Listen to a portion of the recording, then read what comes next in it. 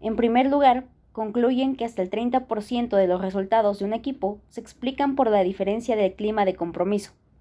Y en segundo lugar, nos dicen que entre el 50 y el 70% de ese clima de compromiso puede explicarse por los diferentes estilos de dirección, lo que compone en justa dimensión la importancia del talante de un líder.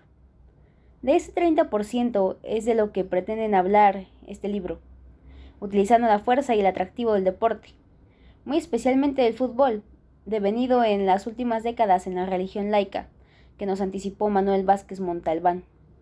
Más datos inconcebibles, la Global Workforce Survey, dirigida por Towers Perrin, realizó más de 90,000 entrevistas a trabajadores de distintos niveles en 18 países. Se trataba de medir el nivel de compromiso en el mundo empresarial. El resultado hay que considerarlo como una calamidad. Un 21% de los empleados, solo una quinta parte, se sienten comprometidos con su trabajo. Esto es, están dispuestos a hacer un esfuerzo extra por su empleador. ¿Qué les pasa a los empresarios que no son capaces de conmoverse ante estos datos? Sencillamente dejan arrastrar por una inercia que el imperio de la burocracia consagró como la única posible. Más les valdría empezar a reaccionar si no quieren terminar devorados por un clima funcional que lleva directamente a la destrucción. Ninguna empresa se cae por un precipicio por la desconexión emocional de sus empleados. Pero esa carga rutinaria, tan poco estimulante desde un punto de vista personal, termina conduciendo a cualquier tipo de organización hacia la peor de las muertes, la lenta. ¿Por qué el deporte llegó hasta esta conclusión? ¿Por qué en el deporte los equipos son el producto y los seres humanos siempre manipulables? La única materia prima disponible. En cualquier ámbito empresarial se depende sobre todo de las personas. En el deporte se depende únicamente de ellas. ¿A quién se le puede ocurrir no darle a las personas el valor determinante que tienen en la construcción de cualquier proyecto? A los que piensan en el hoy y desperdician el mañana. A los que deciden en términos de más, menos, en lugar de mejor, peor. A quienes ven a los seres humanos como un insignificante tornillo de la maquinaria empresarial. Napoleón atribuía la mitad de su genio como general al hecho de que era capaz de calcular con exactitud cuánto tiempo llevaría a transportar una manada de elefantes desde el Cairo hasta el París. La otra mitad a que podía convencer a cientos de miles de individuos de que renunciaran a sus vidas para que lo ayudaran en su causa. Detrás de la afirmación de Napoleón están los dos pilares de un líder: saber de cuestiones técnicas y de seres humanos. Con ese andamiaje podremos andar con toda seguridad por el camino más corto y decente hacia el éxito. El líder es el equipo.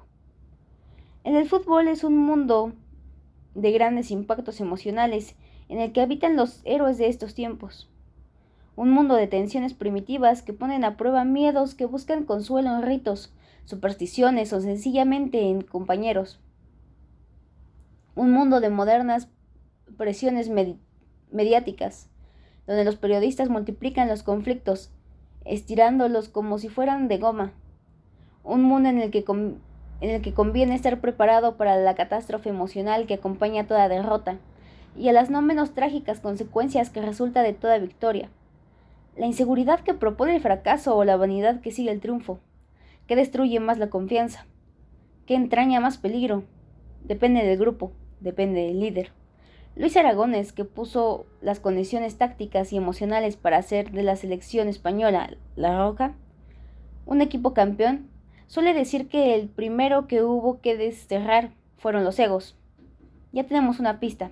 En el libro encontrarán más, porque al no haber dos equipos iguales tampoco puede haber ni dos diagnósticos ni dos medicinas iguales.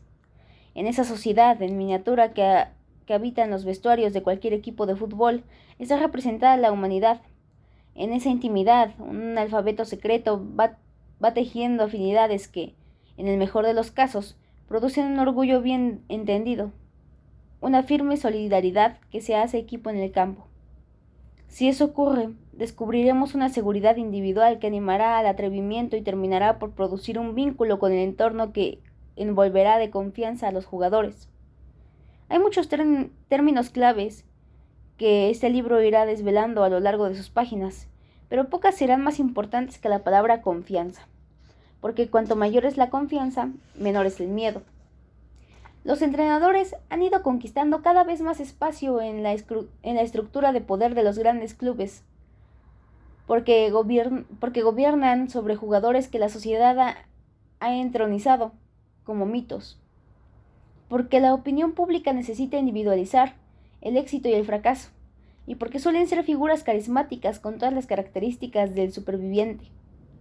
Al fin y al cabo, hombres siempre al borde del peligro. Cada entrenador es grande a su manera, pero todos son mayordomos de los jugadores porque de ello dependemos. Somos, quizá, junto a los políticos, las mayores víctimas de la percepción que he conocido. Un entrenador está de pie delante del banquillo y es enfocado por la cámara de televisión. Si el equipo va ganando, nos parecerá inteligente, astuto, de algún modo invencible. Si el equipo ha recibido un gol, nos parecerá medio idiota por haberlo permitido. Entre una y otra imagen puede haber pasado 2 minutos y el entrenador, héroe o villano, puede no haber sido responsable de nada, porque el gol puede ser hijo de un fallo individual, de una genialidad indefendible, de un capricho del azar. El entrenador argentino, Alfio Basile, lo dice muy claro: cuando ganamos todos somos rubios de ojos azules, cuando perdemos tontos y feos. Pero es mentira que los grandes líderes son solamente los que están en el banquillo. ¿Cómo va a ser el eje del juego un personaje que se queda fuera de la cancha cuando empieza el partido? Cuando el fútbol llama la acción, el entrenador delega y el futbolista actúa. Claro que él piensa, influye, pero démosle a los que actúan la importancia que merecen.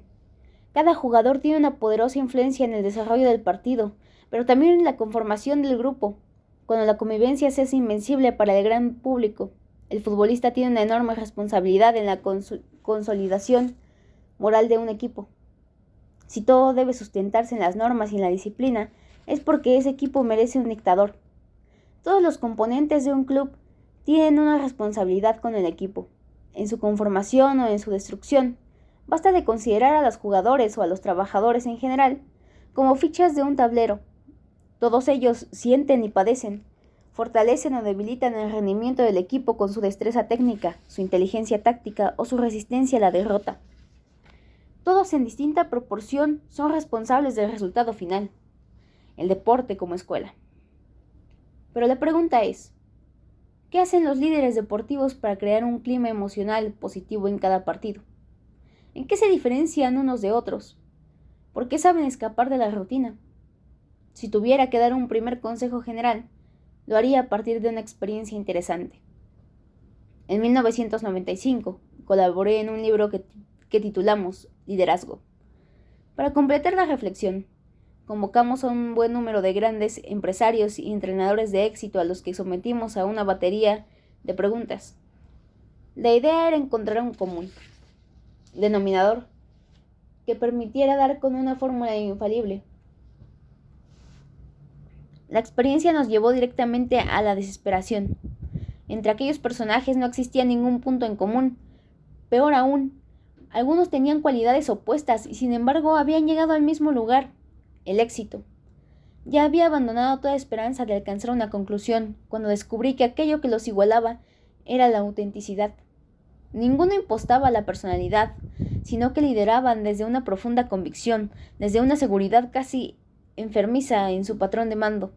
Los grandes líderes creen en sí mismos por encima de cualquier receta y desde esa fuerza interior transmiten y contagian. Claro que se puede copiar algún patrón de conducta, pero siempre que sea coherente con nuestra sensibilidad.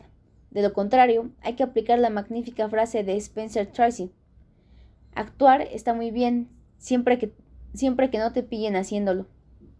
Con independencia de estas evidencias que interactúan en todo equipo de alto rendimiento, todos tenemos nuestro punto de vista con respecto al ejercicio de un liderazgo constructivo, ético, socialmente ejemplar.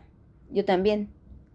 He decidido clasificarlos en 11 poderes que fortalecen el día a día, pero mirar a largo plazo con sana perspectiva, porque el imperio último del líder se mide observando lo que deja como herencia.